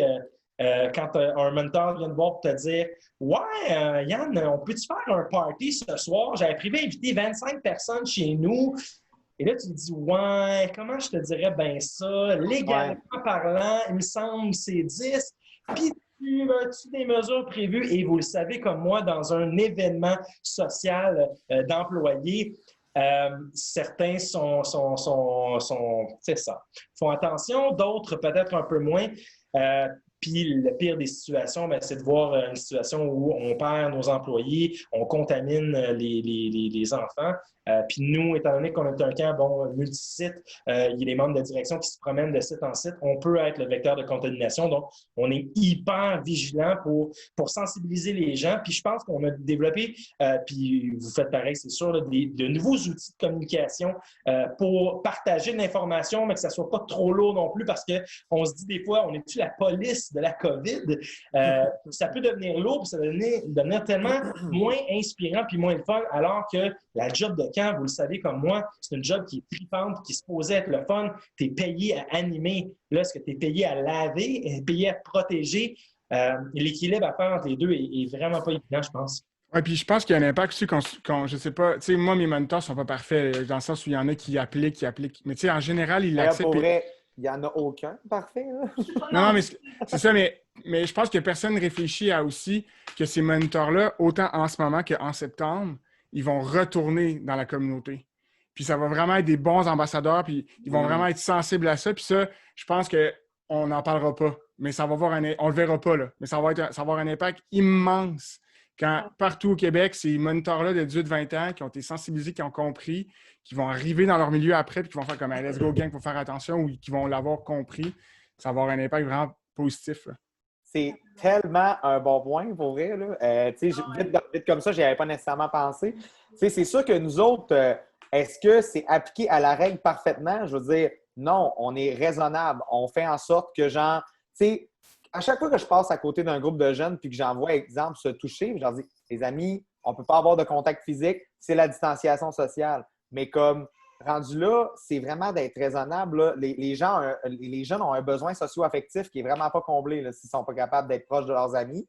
Fait que comme il y a faire la part des choses avec ça, mais est-ce que le lavage de mains, je suis convaincu que ça marche bien? Oui. Le masque pour mes animateurs à l'intérieur, oui. La distanciation sociale, on préfère dire qu'on est raisonnable qu'on l'applique vraiment beaucoup.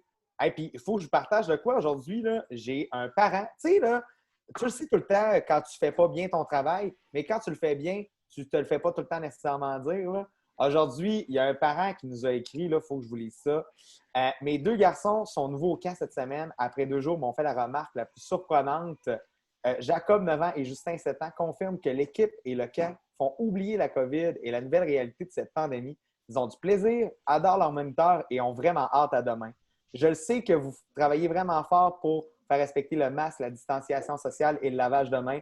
Donc, bravo et merci de votre beau travail. J'ai capoté, pour vrai. C'est tellement gentil, là. Puis... Et l'aspect qu'on oublie, ces moniteurs-là, ils viennent travailler tous les jours dans ces conditions-là qui sont difficiles à respecter. Moi, j'ai tellement la plus grande fierté et le plus grand respect pour ces jeunes-là qui se donnent corps et âme de 7 h le matin jusqu'à 18 h le soir, puis qui s'adaptent à des situations qu'on a nous-mêmes, en tant qu'anciens animateurs, jamais vécues, puis qui font de façon merveilleuse, puis que ça a un impact durable sur la vie d'un enfant, comme tu viens de le lire présentement. On se doit d'être admiratif envers ces jeunes-là qui se donnent. Moi, j'en reviens même juste pas. Je suis tellement fier. Good job, les Cézo. Moi, je trouve qu'un des meilleurs coups de la COVID, une des façons que je le vois le plus, là, c'est l'appréciation des enfants. Comme au même temps où j'ai toujours vu dans ma perception, ce dont j'ai été témoin, c'était que le camp de jour municipal, c'était une chose, puis c'était souvent pour assouvir un besoin de garde de la part du parent avant tout. Oui, les enfants avec du plaisir, mais les jeunes qui tripaient le fort, là, c'est mes jeunes qui venaient en camp de vacances. Mais il n'y en a pas de camp de vacances cette année. Puis après avoir été privés pendant des mois de temps d'une place où courir, crier, puis avoir comme des installations qui sont différentes de ta maison ou ta classe, parce que j'en ai beaucoup qui sont retournés à l'école, là, tu sais, déjà, mais tu sais, qui étaient assis dans un bureau puis qui ne pouvaient pas bouger de la journée, là, c'était ça, là, le retour en classe, là, c'était pas facile au début. Mais là, ils sont dehors, ils peuvent hurler, ils dérangent personne, ils peuvent chanter, ils peuvent bouger, ils peuvent courir, ils peuvent nager, ils peuvent... Puis l'appréciation des jeunes par rapport à ça, c'est palpable, là. J'ai beaucoup moins de jeunes sur le site, puis je les entends bien plus qu'avant, là. Tu sais, comme ça se ressent, là, tu sais. Puis ne serait-ce que pour avoir permis à ces jeunes-là d'avoir ça, ça aurait valu la peine de se battre jusqu'à la fin pour essayer d'offrir quelque chose, tu sais. Parce que les enfants, ils étaient démunis au niveau socio-affectif. C'était immense ce qu'ils vivaient. Puis on s'en rendait plus ou moins compte ou on en était conscient, mais on n'avait pas de solution. Puis là, ben, d'être en mesure d'offrir cette solution-là aux gens. Moi, les parents sont reconnaissants, les enfants sont reconnaissants. Comme jamais je l'ai autant entendu, le merci des parents d'avoir essayé de faire quelque chose. J'ai des jeunes qui s'inscrivent pour la semaine, mais qui arrivent le mercredi. Tu sais, comme, ils sont inscrits pour la semaine, ils payent pour la semaine au complet, mais genre, aujourd'hui, on a fait 2 inscriptions pour demain. C'est comme, OK. Parce que là, finalement, c'était des enfants qui étaient venus au début de l'été, puis là, ben, ils devaient avoir rien à faire à la maison, fait que les parents ils ont appelé, ils ont dit, il reste la place cette semaine, je vais te les amener le reste de la semaine. OK. T'sais, on prend tout ce qui passe. Chez nous, moi, il y a des parents qui m'ont appelé en me disant, parce qu'on a fait une rencontre de parents en début de saison pour expliquer un petit peu quelles allaient être nos procédures de prévention, mais d'intervention aussi dans la condition où on a des cas potentiels. Il y a des parents qui m'appelaient en me disant, c'est drôle, à votre camp, c'est juste un camp, mais vous avez des mesures beaucoup plus strictes et sévères que dans mon milieu de travail. Puis il disait, c'est impressionnant, vous êtes juste des jeunes, puis vous mettez ça en application. Puis c'est là qu'on voit aussi toute notre expertise qui est mise à profit, puis qu'on se dit, bien, peut-être que dans notre industrie, on est peut-être pas assez valorisé ou qu'on ne se rend pas compte à quel point on est bon, puis qu'on est touche à tout, qu'on s'adapte à plein de situations dans lesquelles d'autres ont peut-être plus de difficultés à s'adapter. Bon, évidemment, ça dépend du milieu, mais moi, je suis fier d'appartenir à un camp puis de dire, bien, on fait la différence, mais on le fait de la bonne façon. Ça, c'est super inspirant. Oui, puis je suis convaincu que dans 1 an ou dans 5 ans, puis pas en termes financiers, mais ça va être payant. Puis, tu sais, des 2 côtés, là, on parlait de staff. Moi, je suis quand même chanceux. Au niveau du staff, j'en ai quand même beaucoup, puis ça a bien été à cause que plein de sites ont fermé. Mais j'ai quand même plein de monde, mettons une vingtaine, qui ne faisaient pas ça cet été, là, qui allaient en voyage, qui avaient tout un bon background de camp, mais qui avaient mis fin, qui avaient arrêté d'être dans les camps parce que, bon, ils vieillissaient, tout ça, puis qui sont revenus. Puis que, d'après moi, je vais peut-être les avoir encore l'an prochain, tu sais. Puis, tu sais, même affaire pour les enfants et les parents qui retournent dans leur milieu puis qui voient ce qu'on est capable de faire. Je pense que même si c'est une situation extrêmement difficile puis on va en reparler à l'automne, ça reste que c'est une vitrine incroyable, c'est une opportunité incroyable pour nous, comme tu dis, Yann, de montrer ce qu'on peut faire. Il faut vraiment être fier de notre industrie parce que tout le monde, honnêtement, travaille vraiment fort, là. Pour vrai, s'il y a quelqu'un qui est comme... pas du tout fatigué après l'été, là, je me demande ce qu'il fait, là, mais honnêtement, là, toutes les personnes à qui je parle présentement qui le vivent, là, le camp COVID, ils ont tous ce sentiment de fierté-là, puis ils ont tous aussi cette remarque-là par rapport aux enfants qui, comme tu l'as si bien dit, Émilie, qui sont tellement plus bruyants et tellement plus reconnaissants de ce qu'on fait pour eux présentement. Ça fait du bien. La thématique cette année, là, pour vrai, la nôtre, elle est complètement folle là, avec Capitaine COVID. Là. Comme pour vrai, Capitaine COVID, là, c'est Pink Floyd. Là. Pour vrai, là, comme il arrive, puis les jeunes, comme. En fait, son call, c'est est-ce que tout le monde a les mains propres? Ouais! Puis c'est comme, pour vrai, c'est juste un bon gag parce qu'on a pris un super-héros pour faire respecter nos mesures de la COVID. Oui, puis c'est de prendre un élément qui est dans la société hyper négatif, puis les enfants, maintenant, vont le voir complètement différent. C'est un bon flash. Là. Merci beaucoup, pour vrai, pour ces très belles discussions-là. Comme, pour vrai, de vous avoir reçu aujourd'hui, là, ça... Pas que j'avais un down de mon camp, là, mais comme pour vrai, ça m'a comme recrinqué, on dirait, pour genre le reste de l'été, puis de me dire comme, hey, pour vrai, tu sais, on est bon, puis des fois, ben, dans notre propre milieu, entre nous autres, on se le dit, mais comme c'est pas tout le temps les CA qui les voient, ces choses-là. Fait que moi, ça me craint beaucoup ce que vous me dites présentement, puis je suis bien content de cet épisode-là. Puis, hey, j'avais une question, là, puis sans tomber dans le négatif, mais on a ouvert un petit peu la porte tantôt, puis je serais curieux de vous entendre. Mais c'est quoi votre état d'esprit ou état d'esprit est le bon terme sur ce qui s'en vient la suite, tu sais, l'hiver, comment dans vos organisations, comment vous voyez ça, ou même vous en tant que hey, ça fait 15-19 ans que vous êtes dans les camps, comment vous voyez un peu la suite? C'est sûr qu'il y a encore beaucoup d'inconnus juste dans ma question, là, mais comment vous vous sentez là-dedans, puis comment vous voyez ça? Ben, moi, je peux commencer. On s'en mentira pas. On s'est parlé. D'ailleurs, on doit se parler, Émilie puis moi, parce que les camps, on est collaboratifs tout le temps dans ces milieux-là pour se dire, ben, c'est quoi les meilleures solutions puis comment on peut faire pour s'en sortir parce qu'on est tous et toutes dans le même bateau. C'est sûr qu'on peut le voir de façon très négative, sauf qu'en même temps, c'est peut-être une façon de se réinventer puis réinventer le camp en tant que tel, tant sur l'accueil de groupe, l'accueil de famille, les classes NAT, en disant comment on peut faire pour être COVID-free tout en opérant, puis tout en s'assurant que les mesures de santé et sécurité sont bel et bien en place, puis qu'on est capable de rouler le show, comme on dit. Mais c'est un défi en soi. Nous, de notre côté, c'est sûr que, étant donné qu'on fait de l'accueil corporatif, entre autres, on fait de l'accueil de clientèle internationale, vous aurez compris que ce créneau-là, ça va être extrêmement difficile, ça nous fait extrêmement mal. Et comme on n'a pas d'organisation, une organisation privée qui nous chapeaute comme bailleur de fonds, ben c'est sûr que l'horloge, c'est ça, c'est notre point de salut, puis on se dit plutôt qu'on va pouvoir opérer dans les meilleures conditions possibles, c'est l'idéal. Par contre, on se réinvente, on trouve des solutions, puis on se dit, ben qu'est-ce qu'on peut faire pour faire en sorte qu'on opère quand même, que ça soit sain et sécuritaire.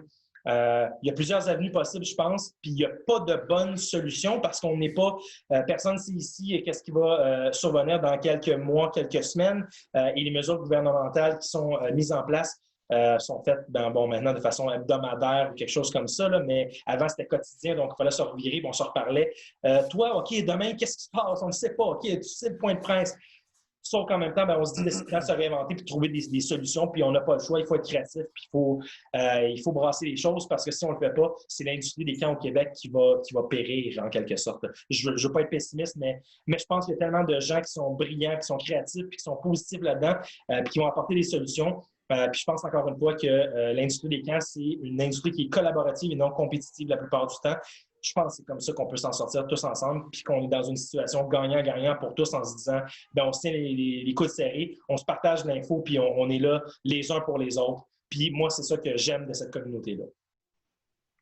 Bien dit. Moi, je vous dirais que c'est très... de notre côté, au Cameroun, c'est très nébuleux ce qui arrive après le 21 août, là, ce qui est la fin du camp de jour. Je pense que l'automne et l'hiver seront critiques pour plusieurs organisations. J'ai l'impression que, il y a plusieurs organisations qui bénéficient de la subvention salariale présentement, puis ça nous fait avancer Ça nous fait avancer beaucoup. Ça fait une nette différence dans notre cas, là, clairement. Puis là, que ce soit prolongé jusqu'à la fin de l'automne, début de l'hiver, ça va nous donner un coup de main. J'ai l'impression que plusieurs d'entre nous vont être capables au moins de se rendre jusque-là. Mais après ça, la problématique des bases de plein air et des camps de vacances comme les nôtres, là, c'est les frais fixes. Là. Donc, ces frais-là vont continuer à être là, mais les installations ne sont pas nécessairement utilisées. Ça veut dire aussi qu'ils ne sont pas opérés. Ça veut dire qu'il n'y a pas... nous autres, on a pris la décision de quand même mettre de l'eau pendant une semaine dans mes bâtisses qui sont pas 4 saisons, juste pour voir s'il y avait des trous, s'il y avait des choses à boucher, s'il y avait des choses à réparer, tout ça, parce que sinon, la facture l'année prochaine va être faramineuse. Donc ça, c'est une des problématiques. C'est dur de se projeter dans le temps. La seule chose qui est comme la meilleure certitude actuelle, c'est de me dire l'année prochaine, il va y avoir des camps de jour. Parce que s'il y en a eu cette année, il y en aura certainement l'année prochaine. Je ne peux pas croire que le gouvernement va reculer là-dessus.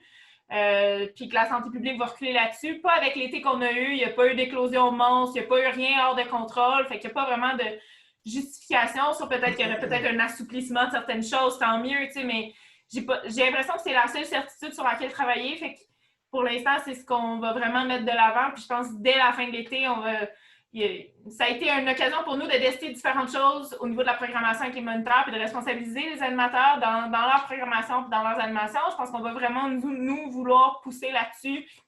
Puis, parce que c'était une grosse problématique qu'on avait avant, là, la programmation, ça reposait sur les épaules d'une seule personne. Puis la quantité de gens qu'il y avait au camp, c'était difficile là, à faire. Donc là, on a testé quelque chose de complètement différent. Donc, tu sais, je pense qu'on va beaucoup focuser sur ces certitudes-là. Puis le reste, si camp de vacances il y a, malheureusement, je ne pense pas que ça reviendra à 100% comme c'était. Moi, quand la COVID est arrivée, là, mon été était booké au complet. Là. Ça ne sera pas ça. Là. Ça va prendre des années avant qu'on revienne à ça. Il y a des parents qui vont être craintifs. Il y a des gens qui vont être partants all the way dès que ça va repartir, mais il va y avoir des gens craintifs qui ne voudront pas venir. Je pense qu'il va y avoir beaucoup de... Il va falloir gagner le public sur beaucoup de choses. C'est ça. Donc, je pense que c'est très nébuleux ce qui s'en vient. J'ai confiance que nous serons créatifs. J'ai confiance que plusieurs organisations vont survivre à cette tempête-là, mais il va falloir de l'aide à quelque part parce que je pense que sinon, ça va être difficile pour plusieurs. Mais je pense aussi qu'on va perdre beaucoup de joueurs. Puis ça, c'est le côté pessimiste, mais ultra réaliste des choses. Il y a beaucoup de joueurs qu'on va perdre. Puis, même si, je vais vous donner un exemple, même si nous, on avait les reins assez solides pour passer au travers de la tempête là, financière, là, puis qu'on s'en sortait, si on se retrouve à 2 ans, pas de camp de vacances, là, mettons qu'on en vient à ça, là, notre raison d'être est où? Ma mission repose directement là-dessus. Donc, il y a aussi cette... Oui, probablement qu'on va continuer s'il y a une possibilité que ça déconfine, mais je veux dire, au final... Toute la question est là aussi, c'est un peu contre nature, ça va à l'encontre de notre mission principale. Donc là, il y a tout ce questionnement-là aussi que plusieurs organisations vont se poser, je pense, là, outre l'aspect financier, qui va être l'aspect de la mission. À quel point tu réussis à aller combler ta mission, à la respecter, à la mettre de l'avant, à continuer d'avancer avec tes valeurs. On a parlé de valeurs, comme c'est tellement important dans nos entreprises, dans nos organisations. C'est le pivot, c'est l'encre, c'est ce qui fait avancer, puis c'est ça en quoi tout le personnel croit. Donc, si ça n'est plus là, qui va être encore là? Là, c'est comme un été temporaire, c'était en attendant, puis on espère. Mais la réalité, c'est que l'année prochaine, même si on a l'autorisation, au mieux, on a l'autorisation en décembre d'opérer les camps de vacances à pleine capacité comme on le faisait avant, mais la clientèle sera-t-elle au rendez-vous? Il y a aussi cette question-là. Ouais. On a tous en tête. Dans le meilleur des scénarios, c'est beaucoup de travail qui nous attend, je pense. Oui, puis en fait, c'est un peu le but de ma question. Je sais qu'on est juste on est fin juillet, début août, là, mais c'est un peu le but de ma question, c'est de. Parce que on a un petit auditoire de gens de camp qui nous écoutent, puis je pense que on a vu un peu des articles sortir que les camps de vacances, je pense que c'est 1 sur 3, là, ou je sais pas trop, là, 1 sur 3 qui est en danger, tout ça. Mais c'est que les gens. Puis je vois pas ça comme quelque chose de lourd, défaitiste, mais de dire que ça ne fait que continuer. Là. Votre été va finir, mais cette réflexion-là, ce travail-là qu'on fait depuis janvier, février, en sachant que les conditions allaient être difficiles, je pense que ça va être encore plus... Puis c'était le but de ma question, c'est de montrer aux gens que ça va être important d'encore plus se mobiliser pour ce qui s'en vient dans les prochaines semaines, prochains mois. Puis je pense pas que ça va. Je pense pas que ce flambeau-là doit être porté par seulement l'association. Non. Il n'y a pas de critique dans mon sous-texte. Là, c'est juste de dire, je pense que c'est un gros travail d'équipe. Puis je pense que je voulais en parler un peu déjà là parce que ça va s'en venir. Puis dans 1 mois, on va être peut-être dans des zooms de réflexion déjà sur genre qu'est-ce qu'on fait avec tel temps de vacances. Que dans 1 mois, on va déjà être en train de penser à l'été prochain. Oui, c'est ça. Notre industrie a pensé à l'été prochain. Il faut avoir une mobilisation un peu plus large là, parce que sinon, ça va être encore une fois trop peu trop tard. Et je pense que le gouvernement a un rôle à jouer aussi à dire l'industrie des camps au Québec, c'est quoi sa valeur ajoutée et est-ce que ça fait partie de notre ADN? Puis si oui, ben peut-être que cette industrie-là devrait être sauvée, comme d'autres entreprises ont été sauvées à quelques reprises. Moi, je pense que c'est un aspect culturel excessivement important. Puis c'est la jeunesse, c'est de dire en quoi on contribue au Québec à faire de nos jeunes des jeunes citoyens engagés, en forme, qui ont des bonnes valeurs, bref, à devenir des adultes responsables, en quelque sorte. Je pense que l'industrie des camps au Québec a cette mission-là, puis peut-être que le gouvernement, des fois, il pense pas trop parce qu'on est peut-être une petite industrie, parce qu'on fonctionne juste sur 2 mois dans l'imaginaire collectif, alors que c'est tellement pas ça, puis qu'on est présent à l'année pour cette jeunesse-là, puis qu'elle aussi va être en quelque sorte affectée par toute cette situation-là, toute cette pandémie-là. Ah, c'est les jeunes qui vont perdre là-dedans. Là. Mais moi, vous me convainquez de quelque chose, dans le sens où comme je sais pas à quoi ça ressemble l'avenir là, pour l'automne, l'hiver, ni l'été prochain. Il y a une chose que je suis quand même assez confiant, par contre, c'est que s'il y a des gens, si admettons, tous les gens comme vous, qu'on connaît, qu'on a en tête, là, qui sont inspirants, puis qui connaissent tellement bien l'industrie, puissent justement se joindre en une seule et unique voie qui va dans la même direction par rapport à l'aide qu'on a besoin pour faire fleurir nos camps de nouveau. Bien, honnêtement, je suis tellement confiant sur la pertinence et la compétence de ces gens-là que vous avez tous en tête comme moi. C'est tout simplement d'y mettre encore un petit peu plus de cœur. Puis rendu là, mettons, moi, je veux dire, je me blâme un petit peu dans le sens que je n'ai pas nécessairement été la personne la plus présente dans les sous-réseaux, mais j'avais tellement mon camp en tête pour le faire rouler avec le camp de jour que, pas que j'ai été égoïste, mais moi, j'aime quasiment plus aider qu'écouter les autres par rapport aux sous-réseaux, de toute façon. Mais comme là-dessus, je m'en excuse, mais la prochaine bataille, je vais être là, certain. Oui, puis tu sais, François, tu amènes un bon point aussi. Puis comme je disais, c'est pas obligé d'être. T'es pas obligé d'être dans le sous-réseau, exemple, pour aider ta municipalité ou aider les camps de ta région administrative. Ou, tu sais, c'est pas ça. C'est juste, comme tu dis, en tout cas, il y a plein de façons, je pense, de se mobiliser puis de donner un coup de main. Ah, je me sentais juste mal un petit peu pour avoir fait les sous-réseaux, mais honnêtement, je veux dire, au nombre de monde qui m'ont appelé et qui m'ont demandé conseil, je me sens vraiment pas mal de ne pas y avoir Ouais, c'est bien correct. Good. Ben, oui, vas-y. Vas-y. Ah, ben, tu sais, si je peux juste conclure, tu sais, moi, on a travaillé fort au mois de juin. Là. Genre, j'avais rarement travaillé aussi fort que ça à réinventer un camp qui a changé 42 fois avec des ratios qui ont changé, avec des évolutions constantes, avec des points de presse que tu regardes à tous les jours pour savoir si c'est ton tour de dîner, là, tu sais. On a travaillé une shot, là, solide, là, ouais. Mais c'était comme le sprint, là, mais ce qui s'en vient, là, c'est un marathon, là, puis ça va être une longue bataille là, qui s'en vient là, pour nous autres. Puis j'espère juste qu'on va avoir assez de munitions pour se rendre au bout de ça, là, puis qu'on va avoir assez de passion et assez de dévouement. Ouais. Ben, je pense que les gens autour de la table ici sont clairement comme des passionnés. Puis je pense qu'on le fait tous pour les bonnes raisons, clairement.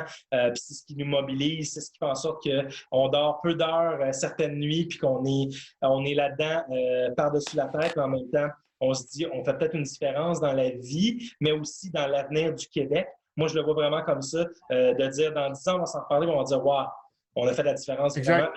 On a peut-être sauvé une industrie qui périclitait pas, mais qui, à cause d'un événement très contextuel, a subi des dommages presque irréversibles. Je pense que ça prend des gens comme vous autour de la table pour continuer ça. D'ailleurs, je tiens à féliciter messieurs François et Guillaume. C'est niaiseux, mais une épreuve comme ça, puis avec un podcast comme ça, de se parler de ça, puis de se dire, wow, moi aussi j'ai envie des situations. Amy, de son côté, en vie, vous autres aussi, vous en vivez. On se dit, OK, on a le même bateau, puis on navigue du même bord, même si on est physiquement distancés, ce que le gouvernement nous oblige, mais dans le fond, on est contents ensemble malgré la distanciation. Ça, c'est le fun. Oui. C'est cool. L'objectif. La semaine 4, Guillaume et moi, on était supposés de faire jouer nos 2 camps d'impro ensemble aux saisonniers. Ouais, c'est vrai.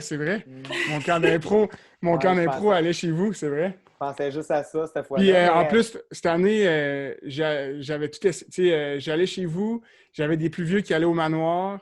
Nice. Je sortais partout, là, puis là, finalement, on fera ça l'année prochaine. C'est le truc qui va se passer. C'est toutes des bonnes idées pour le futur. Ouais, c'est ça. Que le futur-là ne soit pas trop loin. C'est ça. Ouais, c'est ça. Mais merci beaucoup pour un gros merci. Puis moi, peut-être je peux finir aussi en disant que les défis, je ne les connais pas encore nécessairement, comme vous tous, mais je sais que je vais les vivre dans une autre organisation parce que je vais changer d'organisation, je voulais vous le dire. Même si On peut savoir un scoop? Dans le fond, ben, oui. Il sort quand l'épisode? Il sort jeudi, François. OK. Le contrat ne sera pas nécessairement signé encore, mais vous le connaissez, puis c'est un de nos amis à nous quatre qui m'a appelé puis avec qui je vais travailler. J'ai compris, mais parce qu'on s'est parlé la semaine passée, François, j'ai compris. Ouais, non, c'est ça. C'est ça. C'est ça. En fait, il y a T'es des pas obligé de lunettes. répondre, là. Je vais répondre, là. Spoiler C'est dans une super belle région proche de Québec. Je vais pouvoir continuer à avoir mon appart à Québec et travailler là-bas et habiter là-bas en même temps. Ah Fait oui, que- ah bon! Ouais. Mais non, mais j'ai super hâte de vous en parler. Puis probablement qu'au prochain podcast, on va le savoir. Là, mais c'est ça. Je vais le garder secret tout simplement parce que c'est pas encore signé. Puis je suis un gars quand même Ah, qui prend un peu de précaution dans la vie. Fait que c'est ça. Tu fais bien. poche. Ça serait pas à cause que Au prochain podcast, ouais, Et tellement. finalement. Bon, ben finalement, j'ai pas eu la job. ça serait poche. Ah, Non, rends-toi pas là. Ça vaut pas la peine. Ben non. Non, mais ce que je sais, par exemple, c'est que je vais avoir beaucoup de plaisir avec mes collègues.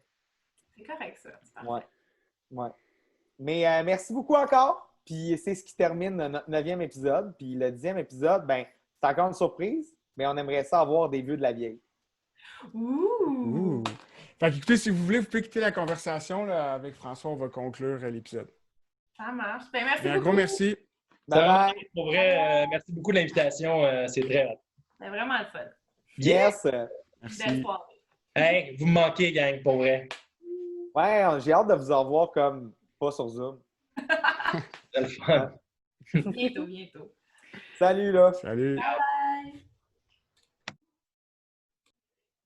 Alors, ben, Yes. comme vous l'avez pu constater, là, honnêtement, c'est Yann et Émilie, là, c'est deux génies des camps. Là. Pour vrai, c'est des personnes qui ont tellement de compétences, qui ont tellement de cordes à leur arc. Là, comme les avoir avec vous pour jaser de camp une soirée, c'est sûr que vous ne serez pas déçus si ça vous passionne autant que Guillaume et moi. Yes, puis écoute, pour conclure, je vais peut-être parler. J'ai vu passer ça sur Facebook cette semaine ou aujourd'hui, là, mais samedi, le 1er août, il y a l'Association des camps du Canada qui lance sa campagne qui s'appelle Oui. Grâce au camp ou en anglais Thanks to Camp. Puis dans le fond, si jamais vous êtes un gestionnaire, vous travaillez dans les camps, vous êtes un passionné de camp, ils ont plein d'objets promo.